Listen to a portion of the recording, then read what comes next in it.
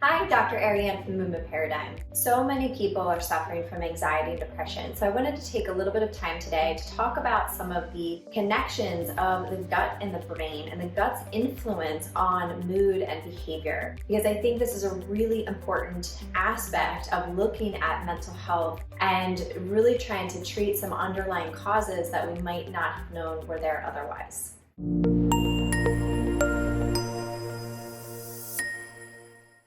The gut-brain connection is fascinating, and it is essentially our bi-directional communication between our gut and brain. It has multiple pathways, including hormonal, including immune system, and nervous system. We're going to focus on two aspects today, which is the hormonal aspect as well as the nervous system aspect. So this hormonal connection that we're referring to is based on neurotransmitters, which are essentially chemical messengers. We also refer to them as hormones. They are signaling from the gut to the brain and the brain to the gut. So we have 90% of our serotonin, which is our hormone that provides feelings of happiness, located in our gut. We have 50% of our dopamine in our gut.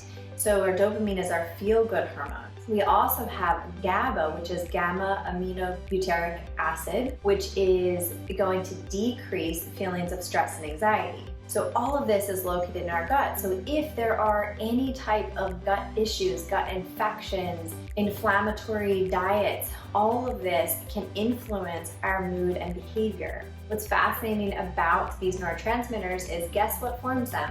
Our gut bacteria. So different strains of bacteria will influence these different neurotransmitters. For example, Streptococcus and Enterococcus are going to produce the serotonin. Escherichia coli produce our norepinephrine, our dopamine, and our serotonin. Our Bacillus species also produce norepinephrine and dopamine. Our bifidobacterium is going to produce GABA, that again decreases feelings of stress and anxiety. Our lactobacillus species is going to influence our acetylcholine, really important for our relaxation response, and GABA. Now that we've talked about the hormonal connections, let's switch gears and talk about some of the nervous system connections. So we've talked about in many other videos, so please make sure to check those out on the vagus nerve. The vagus nerve originates from the brainstem. It's one of our cranial nerves, the 10th cranial nerve, and it's a pair of nerves. So the vagus nerve is going to innervate muscles of the throat, of respiration, digestion, our entire elimination tract. So it is one of the most important nerves of our digestive system, of our GI system. So therefore, when we are either stimulating the gut from a visceral standpoint and or probiotics or vagus nerve stimulation exercises such as breathing, we are actually influencing this gut to brain connection here. So we are influencing that primarily through the vagus nerve. So hopefully you can appreciate these really powerful connections, and that we want to look beyond the genetic component and the environmental component and really look to see, why is someone experiencing anxiety and depression or other mental health issues? We're going to get into other aspects of this in other videos, such as nutrient deficiencies and genetics and so on. But for now, let's just focus on this gut-brain connection.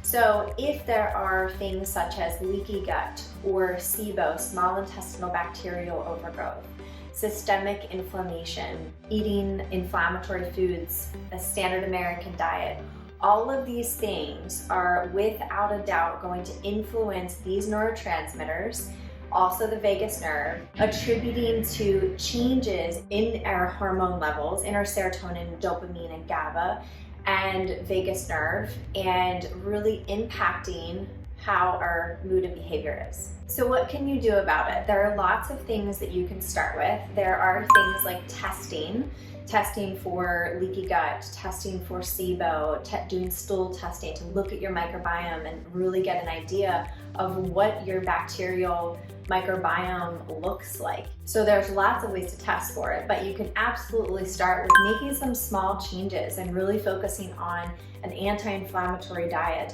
optimizing your sleep, really focusing on stress reduction, because the more stress we have, the more our breathing shifts, the tighter abdomen becomes, and it can continually influence these connections. So there's so many more things. Please check out some of my other videos, and thank you as always for joining. I hope this was helpful. If it was, make sure to give it a like, and of course share it with any friends and family that might need it or be interested in it.